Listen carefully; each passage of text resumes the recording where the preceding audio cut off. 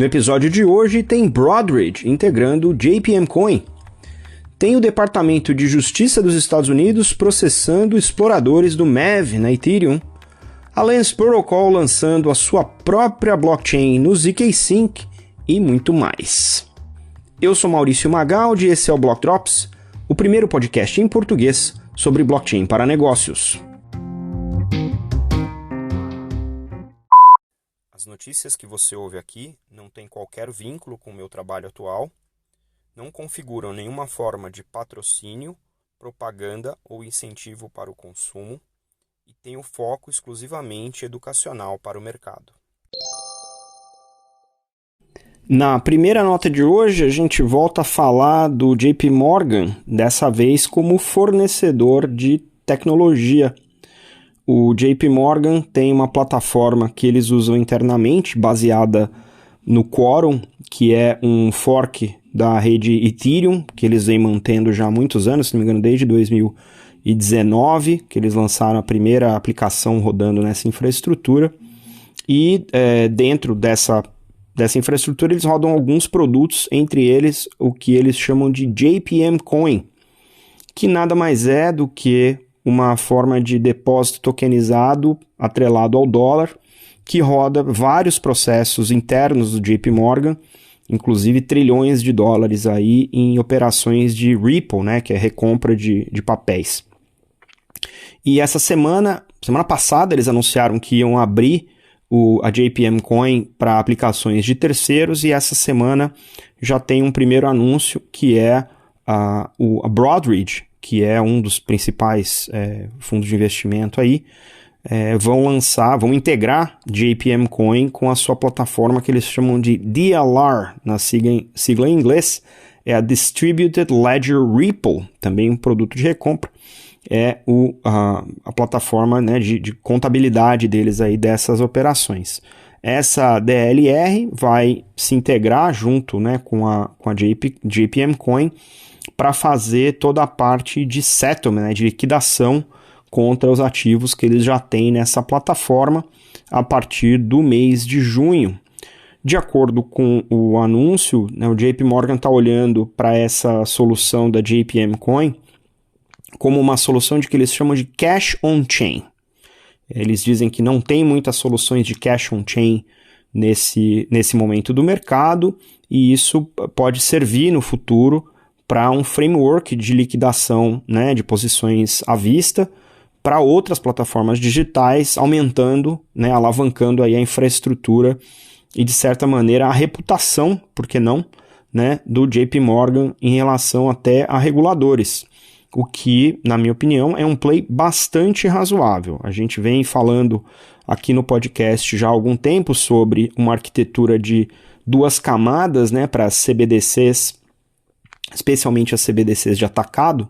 CBDCs são as moedas digitais dos bancos centrais, na sigla em inglês. No Brasil, o exemplo mais óbvio das CBDCs é o Drex, que está trabalhando justamente nessa arquitetura de duas camadas, onde você tem uma camada de CBDC que é mais centralizada entre o Banco Central e os bancos, e entre os bancos e o mercado você atua com uma camada do que a arquitetura define como depósitos tokenizados, ou seja, você tem o dinheiro regulado trabalhando numa CBDC de atacado entre bancos e bancos centrais. Esses depósitos, né, esses valores correspondentes podem ser emitidos pelos bancos numa segunda camada, lastreado nessas CBDCs ou lastreado nos depósitos, e aí você tem essa segunda camada que é conhecida como depósitos tokenizados, o que no caso da JPM Coin é exatamente o que eles estão fazendo.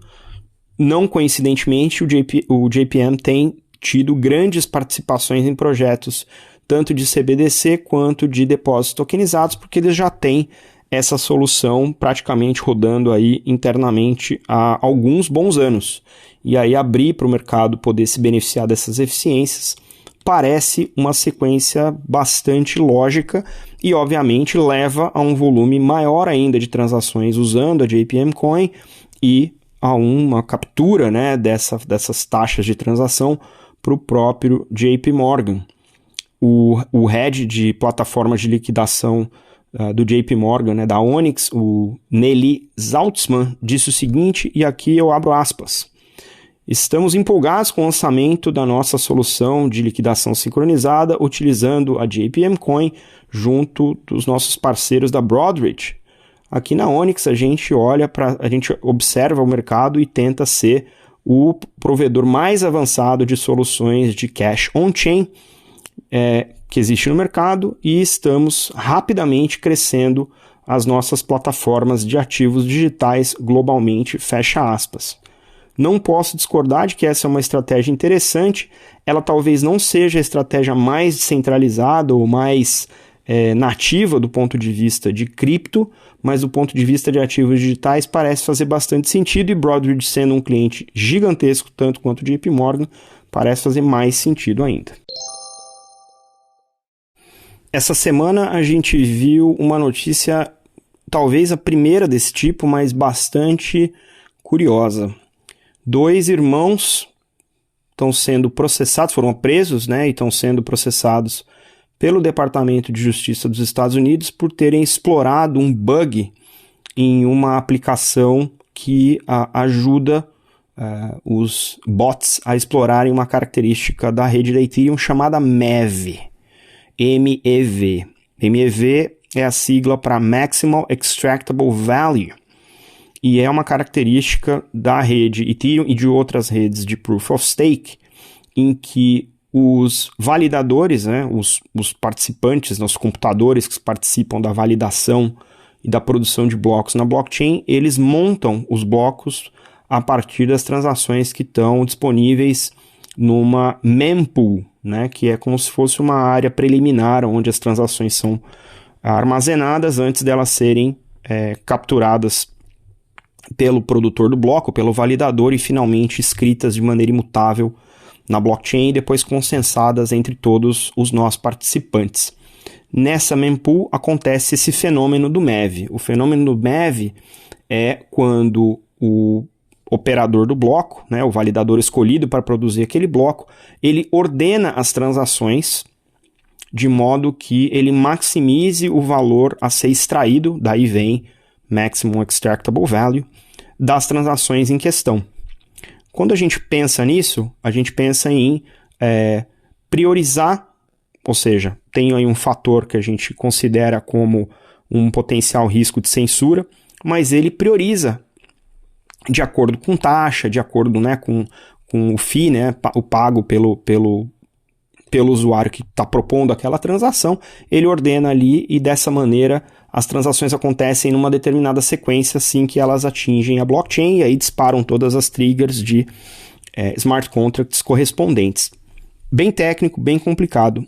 Mas o que é interessante nesse caso aqui é que os irmãos, eu vou pegar o nome aqui para vocês, Anton Pereira Bueno e James Pereira Bueno, de Nova York, exploraram um bug numa aplicação chamada MEVBoost e manipularam as informações das transações que estavam sendo propostas de maneira que a sua transação, né, as transações que eles iam maximizar entre diferentes criptomoedas, diferentes tokens, desse a impressão de que os produtores de bloco, né, seja, os validadores, estavam beneficiando um conjunto de transações, quando na verdade eles estavam beneficiando outras transações que beneficiariam diretamente os irmãos. E um ataque que é chamado, esse exploit é considerado um ataque,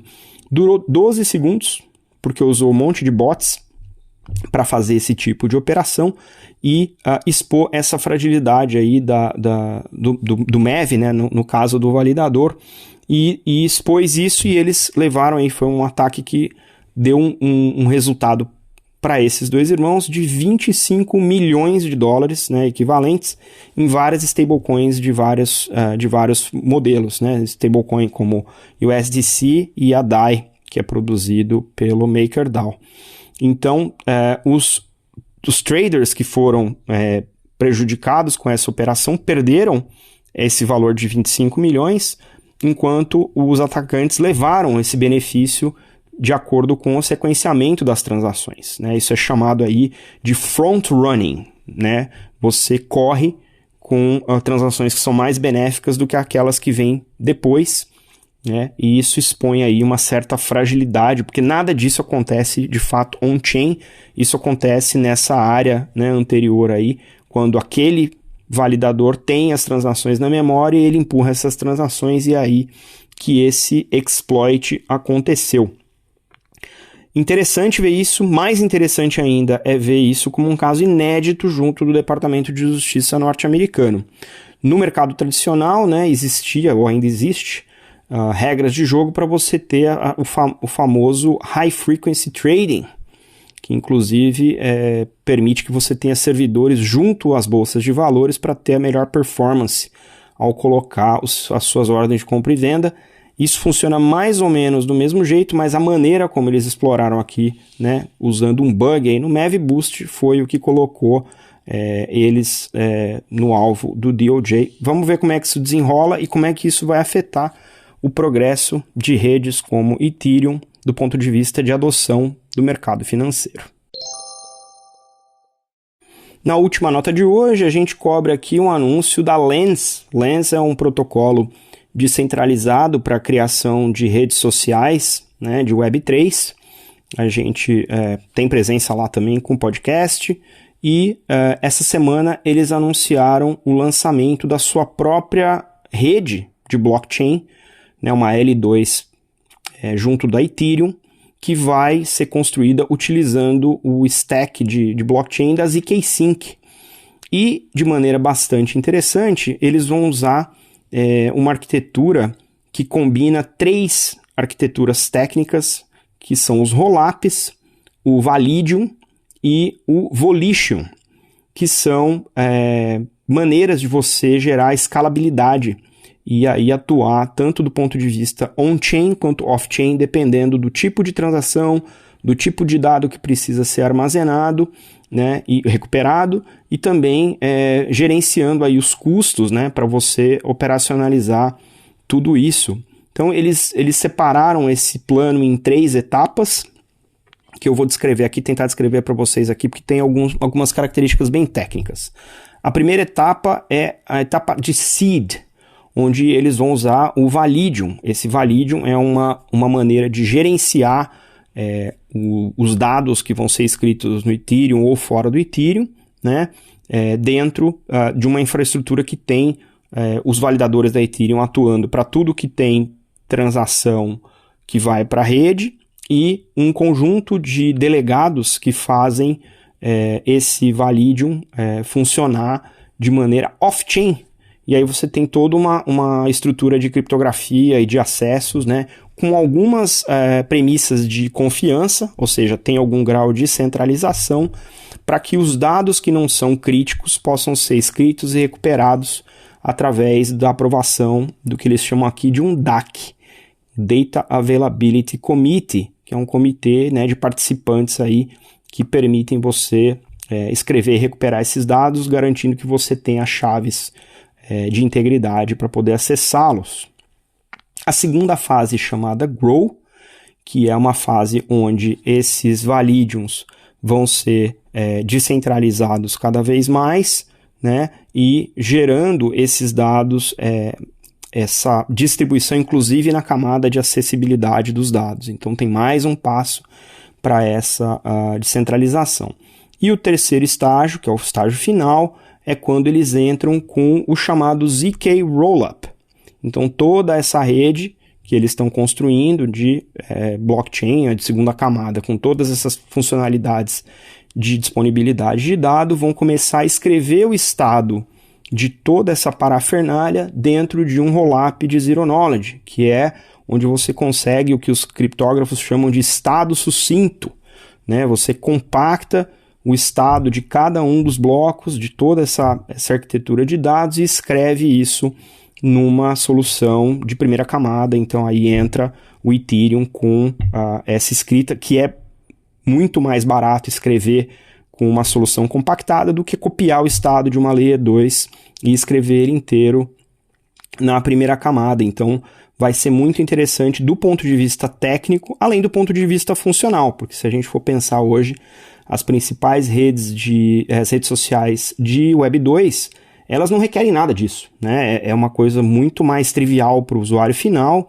eu posso dizer até que seja muito mais intuitiva, né? A gente já está acostumado com uma maneira de acessar, mas no caso da Lens, eles estão indo além, que estão unindo essa possibilidade de ter uma experiência do usuário mais parecida com a Web 2, mais uma infraestrutura de gestão desses dados que não só é mais centralizada, mas também remete à propriedade do dado, né? Data ownership, para o lado do usuário.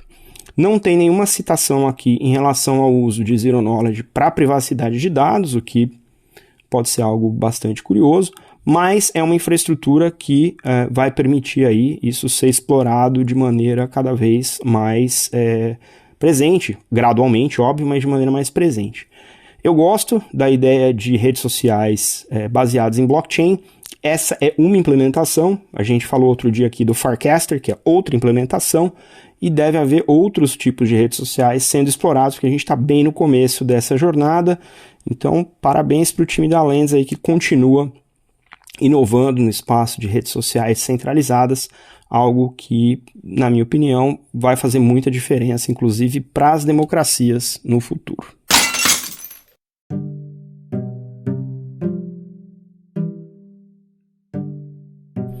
E numa semana cheia de notícias, tem muito mais. A MoneyBrain, startup de pagamentos, conseguiu a licença de VASP nas Ilhas Jersey Britânicas. O projeto Liberty está se organizando para adquirir o TikTok nos Estados Unidos e alavancar o uso de redes sociais descentralizadas. O novo relatório da Associação de Blockchain Europeia fala sobre a execução e consenso em serviços de staking.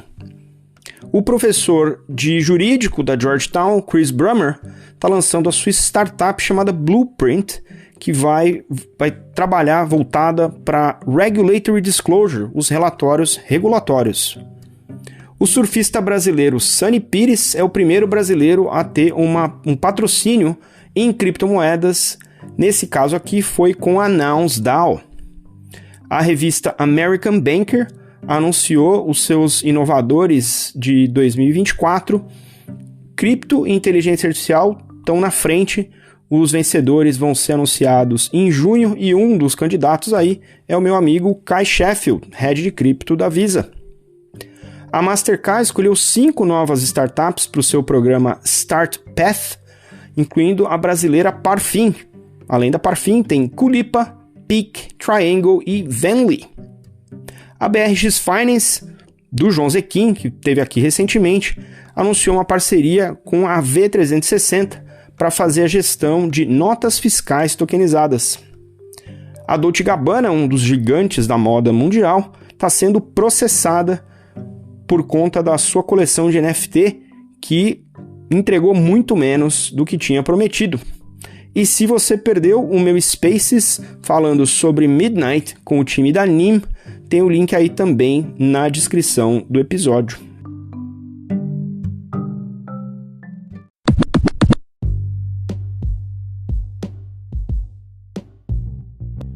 Acompanhe a gente nas redes, no Instagram, Block Drops Podcast, no Twitter, Block Drops Pod, blockdrops.lens, meu conteúdo em inglês no Twitter em 0xmaurício, na newsletter do LinkedIn, ou escreva pra gente em blockdropspodcast@gmail.com. Você pode ouvir o Block Drops Podcast no Spotify, no iColab, na Febrabantech e em outras plataformas de streaming. Yay!